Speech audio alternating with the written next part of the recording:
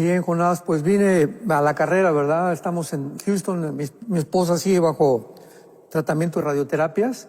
Primero Dios, el 7 de mayo terminan. Yo ahorita, acabando el programa, me regreso a Houston con ella. Allá está Caleb, mi hijo, con Salem, nuestra hija también. Y su estado anímico es bastante bueno, gracias a Dios. Platicábamos anteriormente al programa que tiene una fortaleza a las mujeres tremendas, ¿verdad? Que muchas veces que ni siquiera nosotros los hombres tenemos. Entonces, anímicamente ha mostrado a mi esposa una fortaleza impresionante, gracias a Dios. Qué bonito, ¿verdad? Es esa, creo que Dios promete esa paz que sobrepasa todo entendimiento, ¿verdad? Exactamente.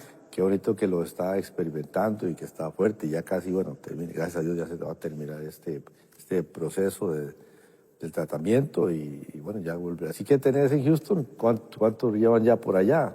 Pues ya casi 5 semanas. Nos fuimos el 23 de abril, más o menos. Sería de marzo. Perdón, de marzo, el 23 de marzo, exactamente, así es. Wow. Bueno, pero felices y creyendo, ¿verdad? Sí, así es. Contentos y Dios es bueno. Así es. Bueno, ¿y cómo ha visto, antes de entrar en materia, que está muy interesante el día de hoy, cómo ha visto has estado al contacto del mundo internacional? Si antes cuando cada 8 días nos veíamos,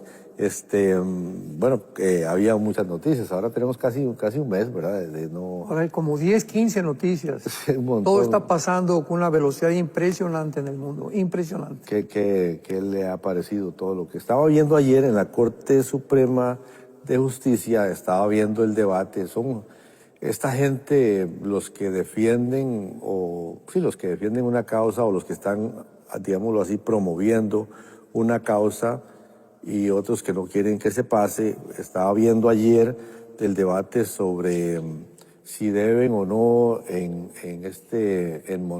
Montgomery, en Maryland, hay una la junta local de, como decir, los padres de familia de la escuela han nombrado una junta directiva que es muy liberal, y entonces están enseñándole a niños entre 3 años y al 5º grado, creo que son entre 3 y 10 años o 3 y 9 años, quieren enseñarles a leer.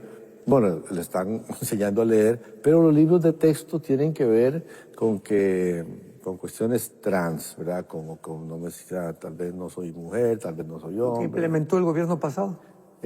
Sí, pero ya esto a nivel del distrito escolar de ahí. Entonces los padres están diciendo, vea, permítanos, no le estamos diciendo que quiten esos textos. Le estamos pidiendo que por favor nos dejen sacar a nuestros niños, pues no queremos.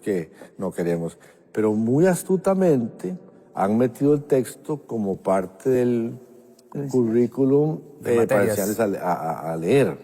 Sí, como, o sea, ya es un libro de texto, ¿verdad? En vez de que sea un texto para alguna clase que no sea tan importante como la lectura, que por sí en ese lugar entiendo que está muy deficiente la lectura en Montgomery, Maryland, ¿verdad? No están pasando los niños con buenas, van muy retrasados en la lectura, van más retrasados en la matemática, pero quieren que sean expertos en este tema ya desde niños, ¿verdad?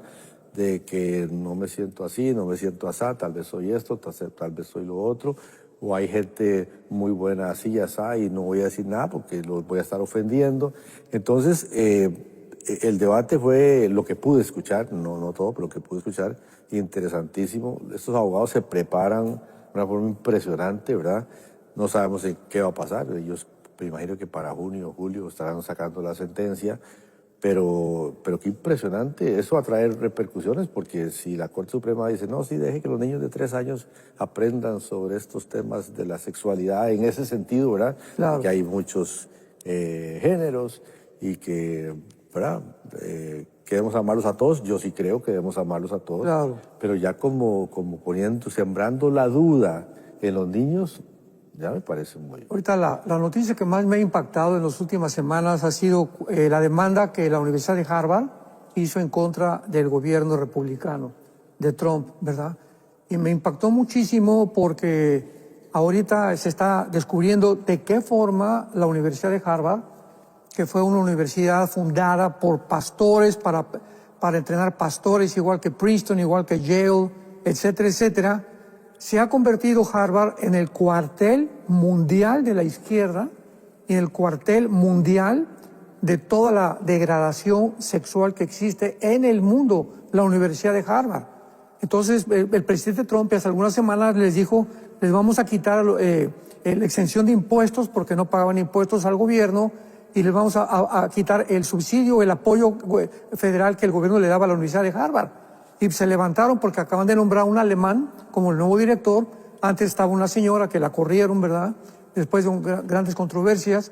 Y ahora pues la universidad ha protestado demandando al gobierno de Trump para que él quite estas amenazas que le dijo que les va a quitar lo de los impuestos, etcétera, etcétera.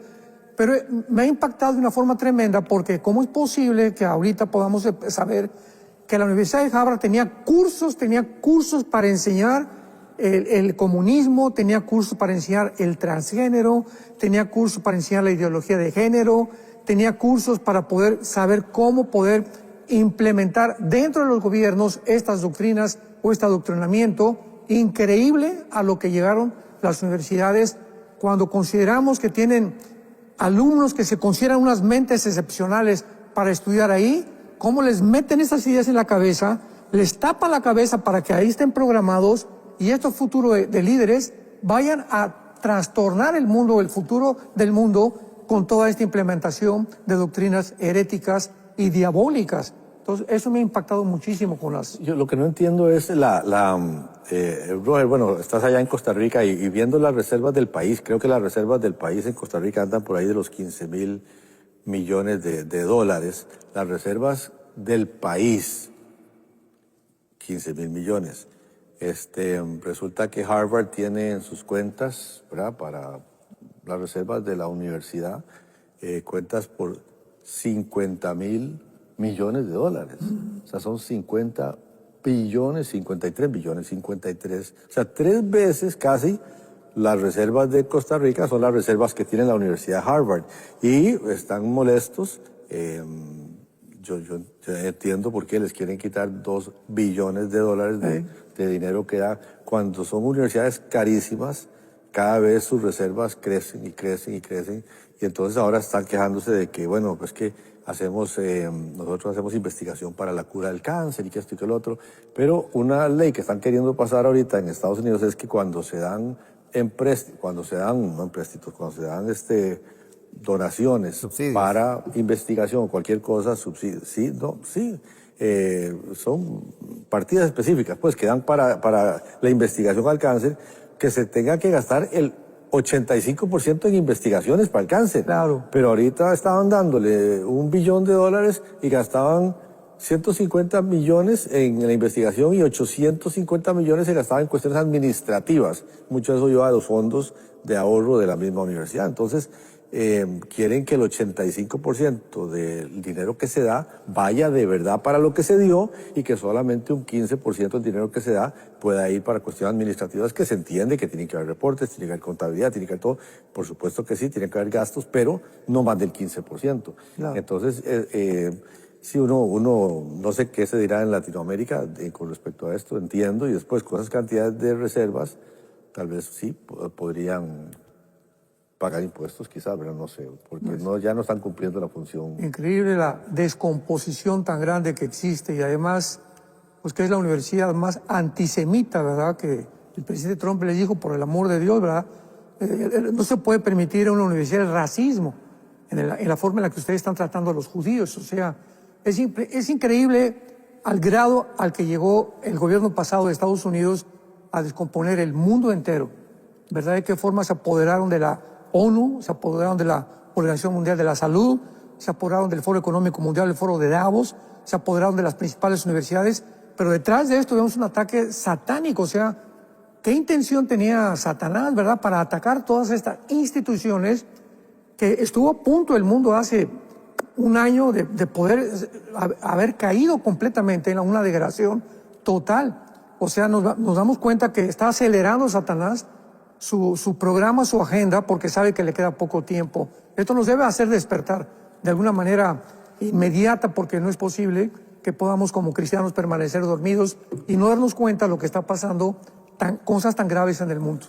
Bueno, Roger, a ver, ¿cómo poder bajar, descargar ahí lo que vamos a estar hablando? ¿Cómo pueden hacer los hermanos? Así es, documento muy interesante que el pastor Alducin ha compartido con nosotros el día de hoy, hablando de la conciencia después de morir, y a través del WhatsApp de enlace, ahí está el número en pantalla, más 1-469-781-1000.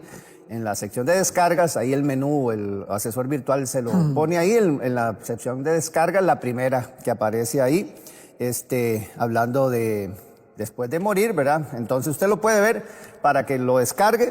Son un par de hojitas muy resumido, muy completo, con versículos bíblicos. Hoy en la mañana los estaba leyendo, muy interesante toda esta temática, porque siempre surgen muchas preguntas, Pastor Alducin, con este tema, ¿verdad? Acerca de qué pasa cuando yo cierro mis ojos aquí, ¿a dónde los voy a abrir? ¿Cómo los voy a abrir? Voy a estar, ¿verdad? Como en cuarentena hay un tiempo, ¿verdad? Voy a estar en un estado vegetativo, voy a tener conciencia, voy a ir a reunirme con los que nos antecedieron a tomar un café. ¿Qué vamos a estar haciendo, verdad? Entonces, esto siempre son preguntas que surgen, y usted a este documento le ha llamado la conciencia después de morir. Y tal vez podemos empezar por ahí, Pastor Alducin, a tratar de definir un poquito qué es esto de la existencia eterna, qué es la muerte física o espiritual. ¿Cómo empezamos a abordar este tema, Pastor Alducin? Muy bien, gracias. Bueno, es increíble, ¿verdad?, que la Biblia sea el único documento, el único libro que existe que nos pueda revelar. Y es lógico, porque si Dios es el creador de la Biblia y es el creador de nuestra existencia, pues la Biblia tiene que revelarnos quiénes somos como seres humanos y qué elementos forman al ser humano. Entonces, venimos a la Biblia y encontramos que el ser humano primeramente somos espíritu, tenemos un alma, vivimos dentro de un cuerpo. Son los tres elementos que la Biblia enseña que forman la constitución de un ser humano. Espiritualmente, Dios es espíritu, por eso puso su espíritu entre nosotros. Dice el libro de Eclesiastés 3:11 que Dios puso la eternidad dentro del ser humano sin que el hombre alcance a entender la obra que Dios hizo desde el principio. ¿Por qué? Porque tenemos que recurrir a la Biblia para que el Espíritu Santo nos diga, nos muestre, nos revele el programa y la agenda de Dios desde el principio que inició el universo. Entonces, teniendo en cuenta y considerando que los tres elementos que forman el ser humano son espíritu y alma y cuerpo, el Nuevo Testamento, lo vamos a ver en el Antiguo Testamento, lo corrobora también. Dice primera de Tesalonicenses capítulo 5, para que todo vuestro ser, espíritu, alma y cuerpo sean guardados irreprensibles hasta el día de la venida de Jesucristo. Dice Hebreos 4:12, porque la palabra de Dios es como una espada filosa que penetra hasta partir. Tengamos cuidado en lo que dice a continuación. La palabra de Dios es como una espada que penetra hasta partir el alma y el espíritu, dándonos a entender que antes de que fuéramos cristianos, el alma y el espíritu estaban mezclados, estaban amalgamados. Entonces, la palabra de Dios separa el alma del espíritu. ¿Con qué propósito? Para que ahora que somos espíritu, ya que hemos nacido espiritualmente, podamos tener contactos con Dios, y a través del contacto en el espíritu le comunica al alma. El alma es los sentimientos, las emociones, la voluntad y el intelecto. El espíritu le conecta al alma, le comunica al alma la información espiritual, que a través del alma es imposible poder obtenerla, porque el alma, la mente humana, por más inteligentes que seamos o más sabio que sea la persona, es imposible que pueda entender las cosas espirituales. Dice 1 Corintios 2, porque el hombre natural no entiende las cosas que son del espíritu, porque para él son locura. Perdón. Entonces, es importante que entendamos esto para que podamos comprender la constitución que tenemos. Somos espíritu, tenemos un alma, vivimos dentro de un cuerpo. Entonces, el espíritu es la parte con la que tenemos comunicación con Dios, conocemos a Dios, adoramos a Dios y servimos a Dios, porque Él es espíritu. El espíritu le pasa a la mente, a el alma, la información espiritual. Insisto y repito, la mente humana no puede, por medio de la investigación científica o intelectual, conocer las cosas de la dimensión espiritual, porque el alma humana está amalgamada con el espíritu. Y para el alma y el espíritu humano, sin Cristo, todo es gris. O sea, para mí esto es igual, hombre y mujer es lo mismo, para mí una mujer puede ser hombre, está confundidísima. hasta que viene la separación del alma y del espíritu, mediante la palabra de Dios, comenzamos a entender, a discernir la diferencia verdaderamente entre el bien y entre el mal. En la segunda carta a los Corintios, capítulo 5, el apóstol Pablo escribe estas palabras, dándonos a entender claramente la condición del ser humano al morir. Y dice Pablo, porque sabemos que si nuestra morada terrestre, él le llama morada, veamos las palabras que usa para definir el cuerpo, que es simplemente el envase donde vive el alma y el espíritu temporalmente. Porque si sabemos que nuestra morada terrestre, en segundo lugar, este tabernáculo, le llama morada terrestre, al cuerpo le llama tabernáculo, se deshiciere, o sea, el día de la muerte, tenemos de Dios un edificio, una casa no hecha de manos, eterna en los cielos, dándonos a entender, Pablo, que al morir, este tabernáculo, esta morada, este cuerpo que está bajo la ley de la entropía o la ley de la corrupción, que está cada día desintegrándose, muriendo celularmente, al morir hay una nueva casa, un nuevo cuerpo que ya no va a ser el que heredamos de papá y de mamá, va a ser un cuerpo creado, ¿verdad? Glorificado completamente por Dios. Y por eso, dice el apóstol Pablo, versículo 2, gemimos deseando ser revestidos de aquella nuestra habitación celestial. O sea, esta es la razón por la cual, mientras estamos en este cuerpo, estamos llorando, quejándonos, enfermedades, tristezas, dolores, angustias, estrés, etcétera, etcétera, porque estamos en un cuerpo que está sometido a la muerte, que tarde o temprano va a acabar, ¿verdad?, convertido en el polvo, porque del polvo fue hecho el polvo, el cuerpo de la tierra, de acuerdo a Génesis 2, versículo 7. Entonces, por eso dice Pablo, gemimos, o sea, estamos en una angustia, en un mundo caído, que estamos sufriendo precisamente porque anhelamos ya que venga Jesucristo y que nos entregue un cuerpo completamente nuevo.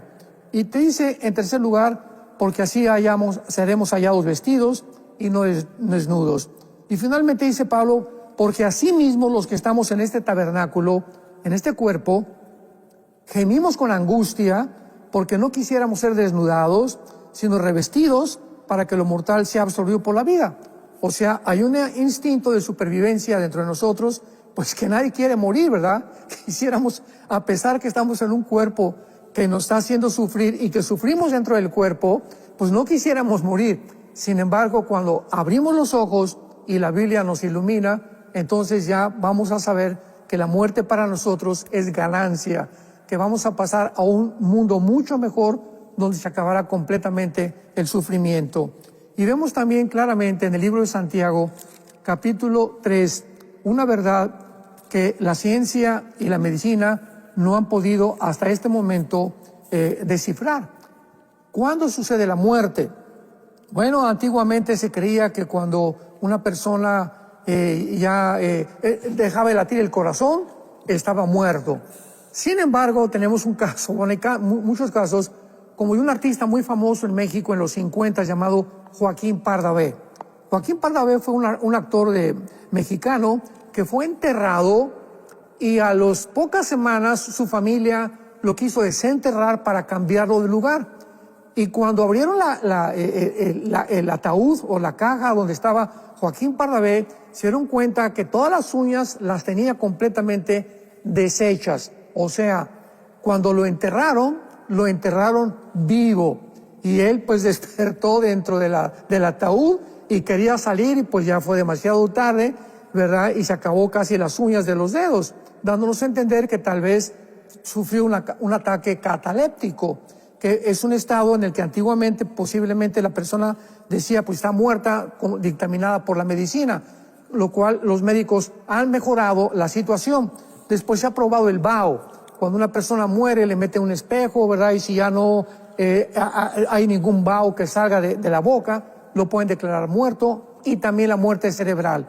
Sin embargo, la Biblia nos presenta claramente el cuadro de la muerte. Dice Santiago capítulo 2, versículo 26. Santiago 2:26. Porque como el cuerpo sin el espíritu, el cuerpo sin el Espíritu está muerto, así también la fe sin obras está muerto. O sea, ¿qué es realmente lo que le da la vida a nuestro cuerpo? El Espíritu. Y el momento en que el Espíritu se separa del cuerpo, como con el cordón umbilical con el cual nacemos. Cuando nace un bebé se le corta el cordón umbilical que lo unía al vientre de su madre y de ahí estaba la vida. Pero al salir a la vida, el cordón umbilical es roto y entonces nos adaptamos a la nueva dimensión a la cual vamos a acostumbrarnos para vivir. Lo mismo pasa espiritualmente. Al morir se rompe la separación entre el espíritu y el cuerpo, y es la separación del espíritu y el cuerpo lo que produce realmente la muerte. Así que toda esta revelación la tenemos en la Biblia para comenzar a entender qué es lo que la conciencia después de morir. Usted nos habla aquí en el documento sobre las evidencias. La Biblia nos revela 16 evidencias específicas que demuestran la existencia continua del alma después de la muerte. Entonces, tal vez podamos fluir por ahí. Sí, claro, Jonás, porque hay sectas dentro del mundo, muchas hasta se dicen ya cristianas, como los Testigos de Jehová, que fueron fundadas por el juez Russell en el siglo XIX, y que enseñan que cuando el cuerpo muere estamos dormidos, o sea, a la hora de la muerte estamos dormidos, y ellos lo atribuyen esto a las palabras muchas veces de Jesús en Juan 11, cuando murió Lázaro. Recordamos que en Juan 11 Jesús dijo, no, está dormido. Entonces, ¿a qué se refería Cristo con dormido, verdad? A que no había todavía una separación entre el espíritu y el cuerpo de Lázaro, porque cuando muere Lázaro, no muere para irse al cielo y ser glorificado, sino que él muere temporalmente, o sea, se separa su espíritu, se sale de su cuerpo, y el cuerpo sin el espíritu se comienza a descomponer. Esto es importante. Entonces, cuando Lázaro fue enterrado, ya tenía 3 días, y la Biblia dice que ya hedía, o sea, ya estaba en descomposición las arterias, la circulación sanguínea, las neuronas del cerebro, el cuerpo estaba completamente ya, ¿verdad?, muerto. Sin embargo, el espíritu no se había separado de él.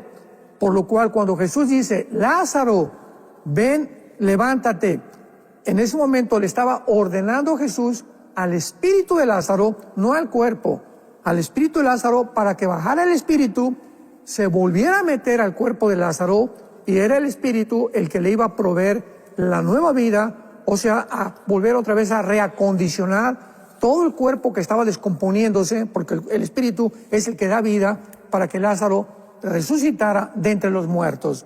Entonces, al morir, la Biblia nos habla claramente que no estamos en un estado cataléptico ni en un estado inconsciente. Veamos algunos ejemplos, tanto del Antiguo como del Nuevo Testamento. Veamos en primer lugar Génesis 25, versículo 8. Dice así: y exhaló el espíritu y murió Abraham en buena vejez, anciano y lleno de años, y fue unido a su pueblo. O sea, en el momento en que Abraham murió, ya no se supo más de él. No dice eso la Biblia. El momento en que Abraham murió, inmediatamente, dice la Biblia, que fue unido, o sea, su espíritu que sobrevive y el alma fueron unidos a los espíritus anteriores y a las almas anteriores, a su papá Taré, a los hermanos que murieron, para que él pudiéramos saber que al morir somos reunidos con más gente que está esperando la resurrección, como vemos que lo enseña Cristo más adelante. Tenemos otro ejemplo en Génesis 35, versículo 29, 19 y 29, con mucho más detalles. Génesis 35, 18. Aconteció que al salírsele el alma, pues murió. Llamó su nombre Benoni y a su padre le llamó Benjamín. Vemos en primer lugar, muy importante, que al morir algo se sale de nuestro cuerpo. La Biblia le llama el alma, pero la palabra hebrea es muy importante porque es la palabra nepesh, con SH al final, nepesh. En el hebreo se pronuncia la SH con J, entonces la pronunciación hebrea es nepej. Al salirse el nepej, el alma. Esto es importante porque en el versículo 29 dice la Biblia del capítulo 35 del Génesis, exhaló Isaac el espíritu y murió. Vemos aquí en conclusión que al morir dos cosas se salen de nuestro cuerpo: el alma, el nepej, y la parte espiritual, que es la palabra ruach, que se pronuncia ruach. Muy bien.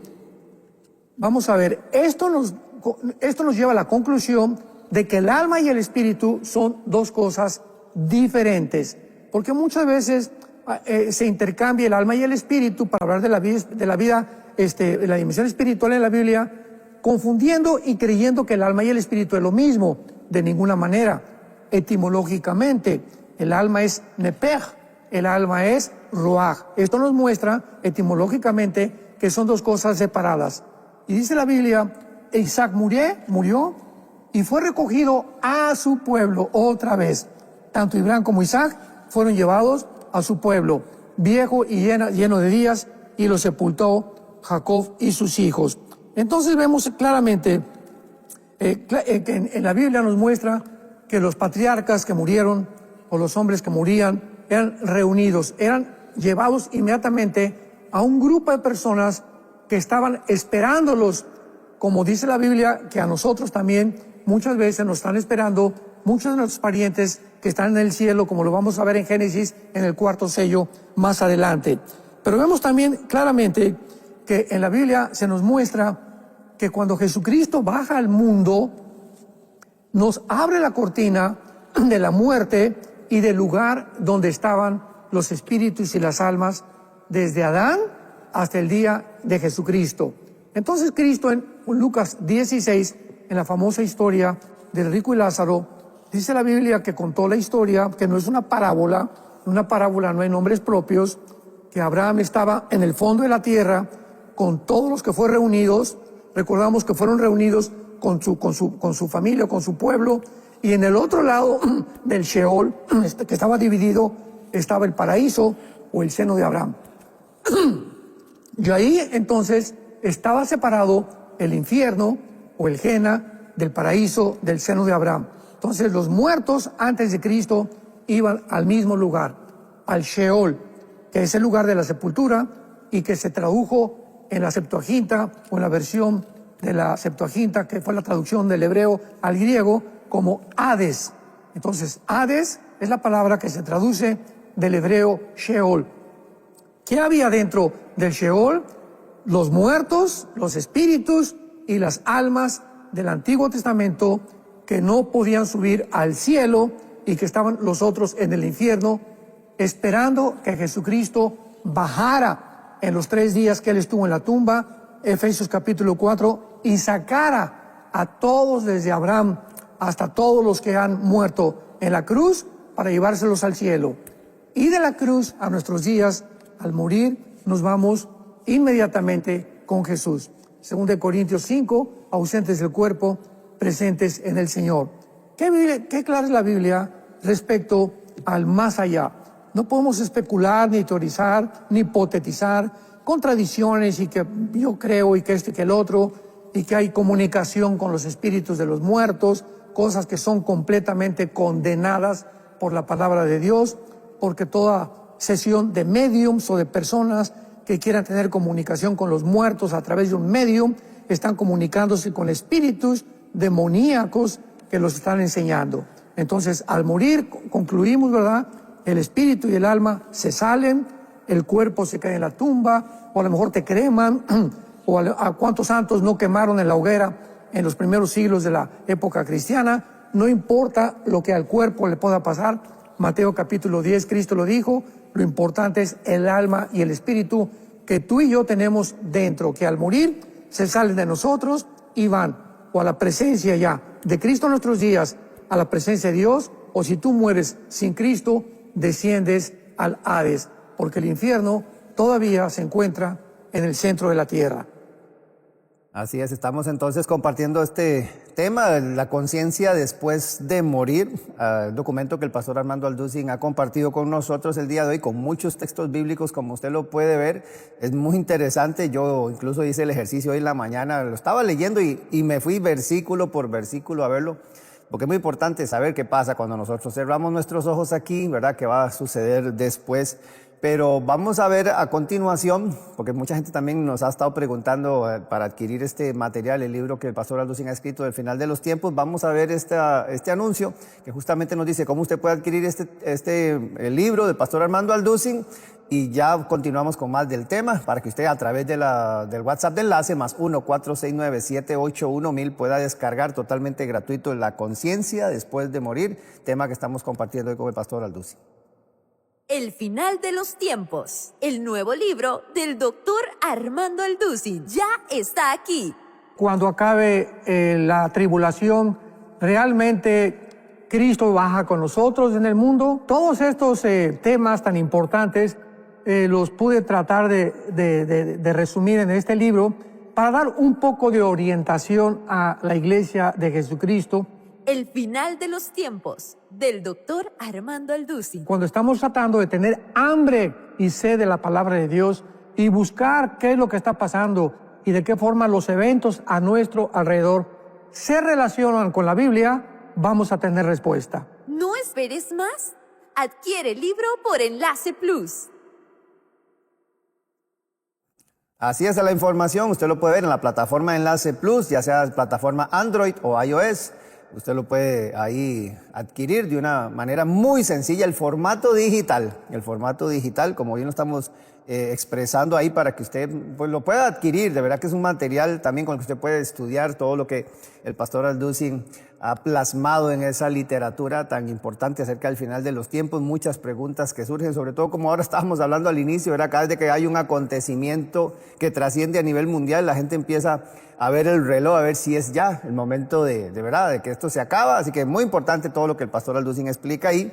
Y algo que estamos compartiendo el día de hoy es la conciencia después de morir. Y el pastor Alducin está hoy hablándonos acerca de esto, y hemos estado entrando ya en el tema, pastor Alducin, acerca de evidencias, cómo la Biblia habla acerca de esto, ¿verdad? Y muy importante, pienso yo, pastor Alducin, las palabras de Jesús cuando está hablando ahí a los líderes religiosos, ¿verdad? Que dice que Dios no es Dios de muertos, sino de vivos, hablando justamente ahora que usted mencionaba lo de Abraham, que Él es Dios de Abraham, de Isaac, de Jacob, o sea, los menciona y justamente usa esta frase, Él no es Dios de muertos, sino de vivos, y habla justamente de cómo nosotros trascendemos, ¿verdad?, a otro nivel. Pero podemos continuar entonces, usted mencionó ya los reunidos con su pueblo, menciona también reunidos con sus padres, hablando también de otros ejemplos, y habla también de la continua existencia de Enoc. ¿Cómo abordamos estos temas, pastor Alducin? Claro, ahora muy bien, ¿verdad? ¿Quién nos puede hablar de la muerte y de la vida después de la vida más que Jesucristo? Gautama Buda, que era un príncipe que salió de su castillo para ir a buscar la causa del sufrimiento, antes de morir, dijo a los discípulos, busquen la verdad. Él jamás resucitó, ni tampoco dijo que iba a resucitar. Mahoma tampoco lo hizo. Zoroastro tampoco, Mahatma Gandhi, cualquier líder religioso que tú puedas mencionar no tiene ninguna evidencia, ninguna autoridad para poder decirnos qué hay después de la muerte. Esta es la razón por la cual el cristianismo no es una religión. El cristianismo no está basado en simplemente teorías, leyendas, suposiciones, ideas, especulaciones o filosofías humanas. El cristianismo está basado en un hecho histórico, por el amor de Dios, en la resurrección de Jesucristo de entre los muertos. Fíjense que acabo de decir un hecho histórico, porque simplemente la historia del ser humano, actualmente estamos en abril del año 2025, ¿desde cuándo la estamos contando? Después de Cristo. La historia fue dividida. El impacto de la resurrección fue tan grande en la historia humana que dividió la historia entre antes y después de Cristo. La Navidad, ¿qué cosa es?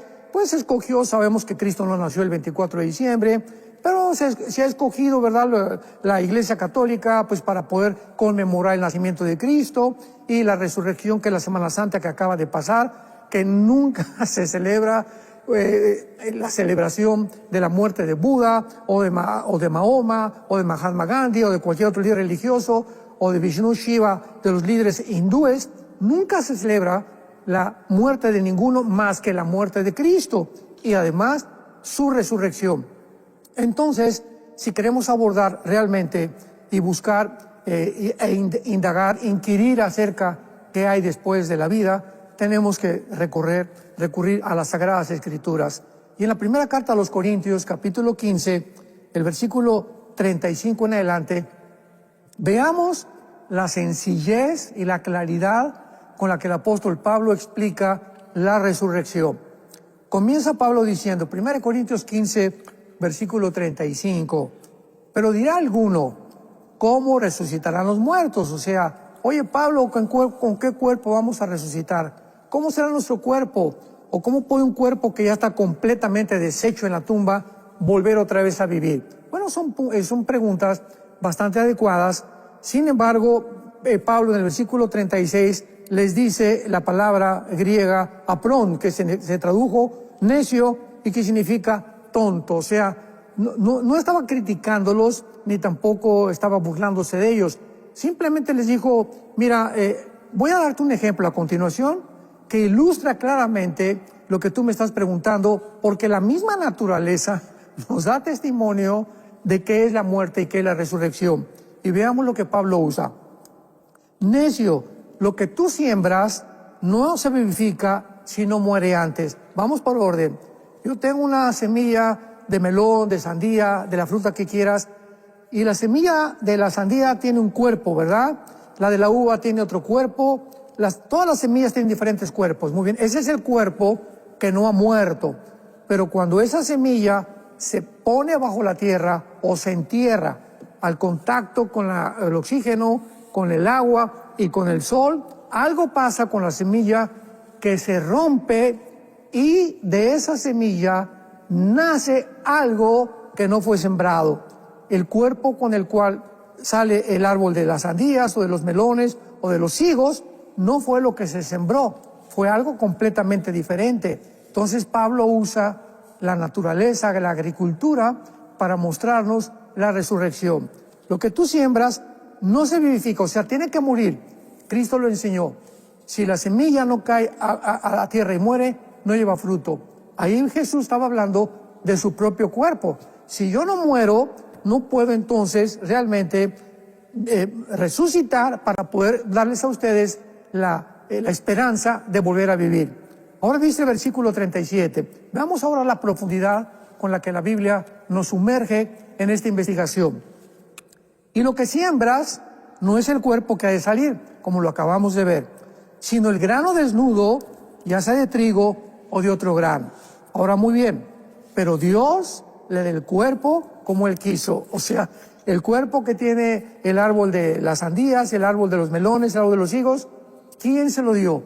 ¿Quién hizo esa transformación entre la semilla y el potencial que había dentro de esa semilla, que nadie se imagina, que escondía un cuerpo completamente diferente al que iba a resucitar? Lo mismo pasa con nosotros.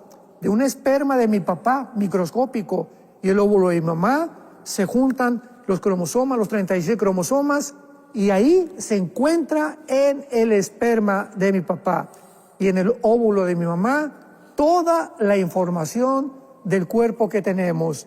Cuando se juntaron el esperma de mi papá y el óvulo de mi mamá, nunca sabíamos lo que iba a nacer, pero ahí estaba el color de mis ojos, de mi pelo, de tu pelo, la estatura, absolutamente todo potencialmente, genéticamente ya programado. ¿Por quién? Dice la Biblia, Dios le da el cuerpo como Él quiso. El cuerpo que tú tienes es el cuerpo que Dios te dio y el cuerpo que yo tengo es el que Dios me dio.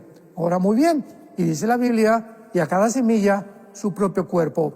La uva tiene un cuerpo, la manzana tiene un cuerpo, la sandía tiene un cuerpo, el melón tiene un cuerpo, ¿correcto? Todas las frutas tienen completamente cuerpos diferentes. Ahora dice, y no toda carne es la misma carne. Observemos esto.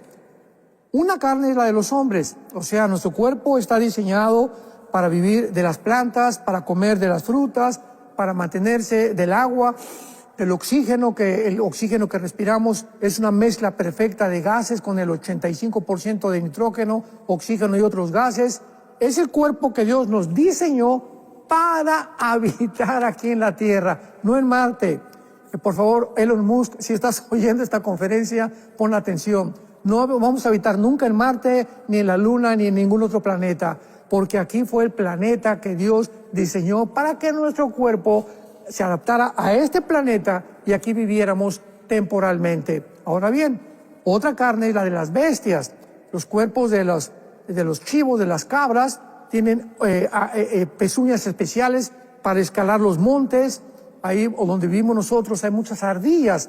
Yo cada vez que voy en la mañana a hacer mis ejercicios, me fascina ver la gracia de las ardillas, cómo suben los árboles, qué facilidad tienen, cómo Dios les puso en las uñas la facultad de poder subir a los árboles y con una facilidad tremenda. Los leones tienen otro cuerpo, en fin, todas las bestias tienen un cuerpo diseñado por Dios para que puedan subsistir en el hábitat o en el medio ambiente en el cual Dios los colocó. Las aves tienen otro cuerpo, completamente diferente. Dios puso a las aves unas alas, un cuerpo que nadie tiene para que puedan ellas sobrevivir en el aire. Ese cuerpo es diferente al de las bestias y al de nosotros. Y finalmente, Dios también puso el cuerpo de los peces. ¿Quiénes son los peces? Bueno, ¿verdad? Viven dentro del agua con un sistema branquial que les permite subsistir dentro del agua sin que nosotros lo podamos hacer. Nosotros tenemos que bajar dentro del mar o dentro del agua con aparatos con oxígeno porque nuestro cuerpo no fue diseñado por Dios para vivir dentro del agua. Y al terminar, Pablo nos dice algo muy interesante. Versículo 40.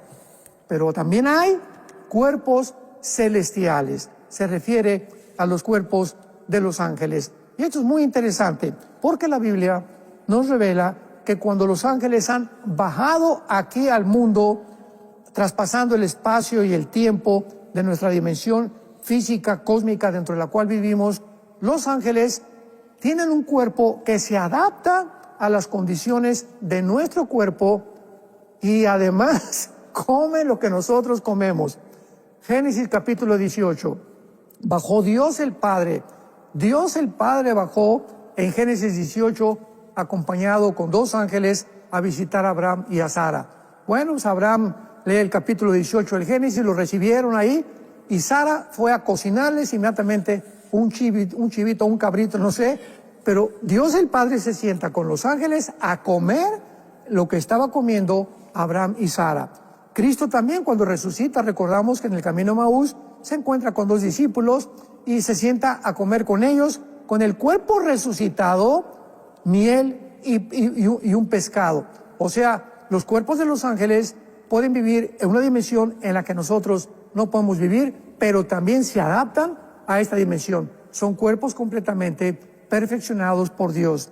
Y dice Cristo, ¿verdad? Claramente que por eso es diferente la forma en la que vamos a resucitar. Nos vamos a morir, ¿verdad? El cuerpo se va a deshacer. ¿Y cómo vamos a resucitar? Con un cuerpo completamente glorificado, semejante al cuerpo de Jesucristo.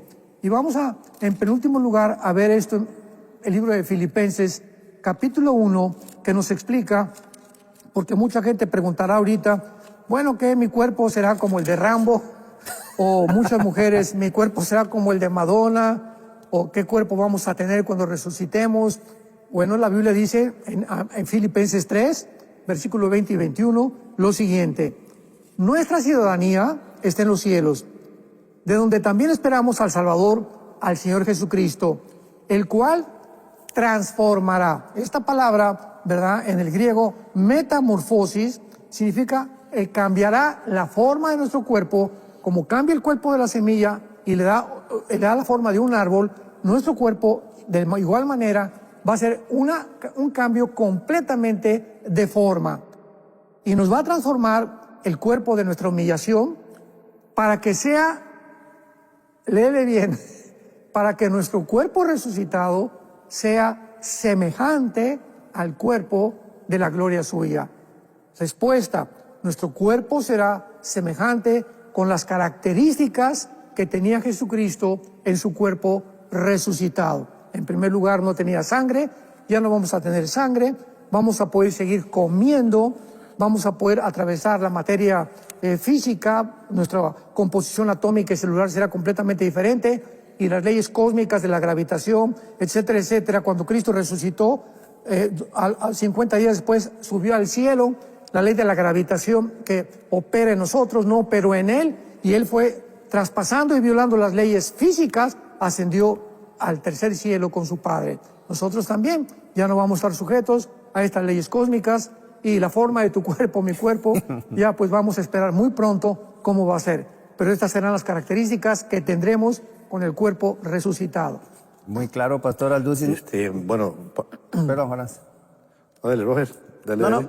no, porque brincamos a otro punto acerca de esto que se está acotando acerca del documento. Ahora acaba de hablar de lo de la resurrección y luego viene lo de la conciencia del alma. Entonces, Pastor Alducin, presentes ahí con el Señor, pero ¿qué pasa? ¿Estaremos nosotros conscientes? ¿Qué conversaciones se van a tener? ¿Cómo va a ser esa parte, Pastor Alducin?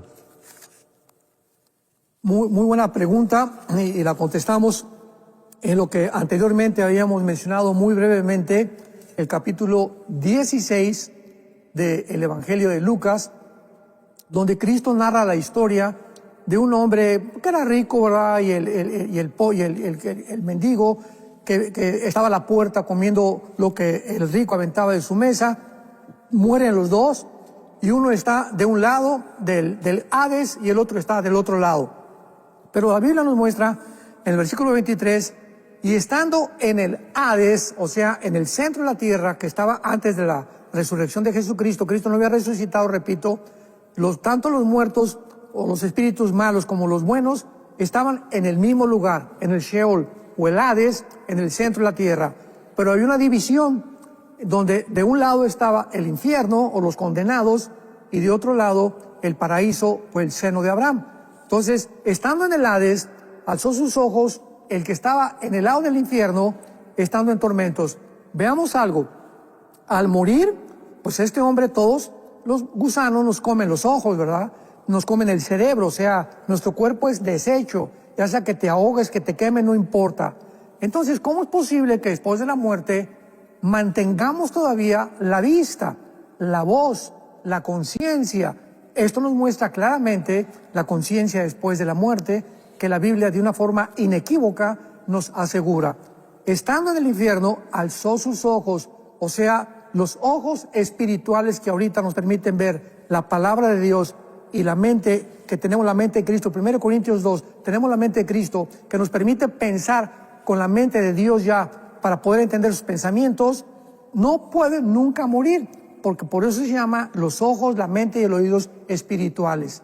Alzó sus ojos y vio de lejos a Abraham. Versículo 24. Dando voces dijo, en el infierno las personas que están ahí tienen cuerdas vocales, no como las que tenemos ahorita, pero van a poder comunicarse. Van a poder ver, van a poder comunicarse. Dice el versículo 24, que le rogó a Abraham, envía a Lázaro para que moje mi lengua. Van a sufrir, van a experimentar, van a tener conciencia. Conciencia es la palabra ciencia, conocimiento con dentro, el conocimiento interno que Dios puso en el ser humano, que nunca va a morir. La conciencia espiritual. Qué importante es que mientras vivamos no cautericemos la conciencia, como dice el apóstol Pedro, porque hay personas que han cauterizado su conciencia a tal grado que ya eliminan toda sensibilidad y se convierten en bestias, se convierten en robots, se convierten en criminales, y como los nazis, ¿verdad? Hay otros ejemplos más que podemos mencionar en la historia. Pero también en el infierno, dice la Biblia, Abraham le dijo, hijo, acuérdate que recibiste tus bienes. En el infierno tienen ojos, pueden comunicarse, tienen conciencia y tienen memoria. Le dice a Abraham, recuerda, en tu vida van a recordar las cosas que hicieron malas durante su vida. Y finalmente, este hombre condenado le dice a Abraham, por favor, ve allá arriba, ¿verdad? Vete allá a San José, Costa Rica, y dile a mi familia que por favor crean realmente que se les aparezca un ángel o que algo sobrenatural suceda para que no bajen donde yo me encuentro. Y entonces Abraham le dijo, a Moisés y a los profetas óiganlo. Entonces, este hombre condenado finalmente le dice a Abraham, no a Abraham, porque si alguno fuere de entre ellos, entre los muertos, se arrepentirán. En otras palabras, si mi abuelita, mi papá o mi hermano ven a alguien que se pare de una silla de ruedas, o ven a alguien que resucite, se van a convertir. Y Abraham le contesta, no, la conversión no es por la vista, es por el oído, porque la fe es por el oír, no es por el ver, y el oír es por la palabra de Dios. Romanos capítulo 10. Entonces, qué importante es que nosotros entendamos que la conversión, la transformación espiritual es a través de oír la palabra de Dios. Entonces, no importa cuántos milagros podamos ver, Dios sigue haciendo milagros, no lo podemos negar. Que gracias a Dios por los milagros que sigue haciendo. Y oramos siempre por milagros a Dios, ¿verdad? Pero los milagros no van a convertir a ninguna persona, porque Dios estableció que la fe sea por el oír la palabra de Dios. Entonces, qué importante es que sepamos que en la otra vida podemos ver, podemos oír, tener memoria y tener conciencia de quiénes éramos y la conciencia después lo que va a suceder en el futuro y en la eternidad. Bueno, es interesante porque usted cierra con la memoria y precisamente Raúl, que nos está viendo a través de YouTube, pregunta, cuando seamos arrebatados pronto, ya no tendremos memoria de lo que fue nuestra vida aquí en la tierra. Bueno, en Apocalipsis, contesto rápidamente, en Génesis Apocalipsis 6, versículo del 9 en adelante, lo voy a mencionar brevemente, es el quinto sello, hay un retrato donde Juan está en el cielo, y en el tercer cielo, en el trono de Dios, ve las almas de los mártires que habían muerto. Y Juan escribe que estos mártires, ahí junto a Dios, estaban platicando con Dios y le estaban diciendo, versículo 10, Apocalipsis 6, ¿hasta cuándo, Señor santo y verdadero, no juzgas y venga nuestra muerte, nuestra sangre en los que moran en la tierra? Se estaban acordando los mártires buenos, los espíritus buenos, parece que de alguna forma estaban viendo lo que pasaba en la tierra y le preguntan a Dios, ¿cuándo va a terminar tanta violencia, tanto tráfico humano, tanta maldad, tantas guerras, tantos secuestros, tantos robos? ¿Cuándo va a terminar todo?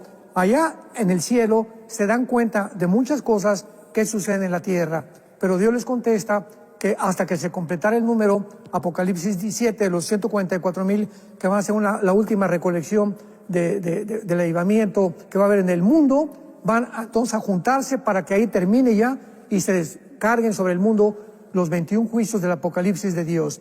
Entonces, después de esta vida, ¿verdad? Vamos a recordar, y ya al entrar a la eternidad, es importante, en el milenio vamos a tener memoria, pero al entrar a la eternidad, Apocalipsis 21 y 22, cielos nuevos y nueva tierra, y baja la nueva Jerusalén, ahí ya será borrada completamente las cosas de nuestro pasado y jamás nos volveremos a acordar ya ni siquiera de en qué cuerpo estábamos. Esto es importante para poder cronológicamente establecer la forma como Dios desarrolla con nuestras vidas. Nos queda un par de minutos. Dice aquí Jason, si una persona no es cristiana y se muere, hay un versículo que dice que el espíritu vuelve a Dios, le pertenece a Dios. Entonces, ¿qué es lo que va al infierno al morir? ¿El alma solamente? Dios los bendiga. Bueno, sí, porque vuelve a Dios en Apocalipsis 20 del 11 al 15, en el juicio del gran trono blanco. Apocalipsis 20 del 11 al 15 es el juicio de los incrédulos condenados, que dice que van a estar parados enfrente de Dios espiritualmente, van a regresar ante Dios, pero para ser juzgados, no para ser salvados. Dice Rosario, también vía YouTube, que nos está viendo a través del YouTube, dice, gracias por tan edificante estudio. Tengo una pregunta, vi una información de que hay algunos estudios científicos que están congelando cuerpos para en un futuro que la ciencia los pueda resucitar. Bueno, ya vimos claramente al principio que el cuerpo sin el espíritu no puede vivir. Entonces pueden congelar los cuerpos el tiempo que quieran, ¿verdad? Pero ¿quién le va a dar vida al cuerpo? O sea, Jesús dijo, yo soy la resurrección y la vida. O sea, para que ese cuerpo congelado pueda vivir, tiene que entrar un espíritu dentro de él. Ahora, que pueda entrar un espíritu de demonio y hacer hasta mover una estatua, es posible, pero esa no es la vida de Dios.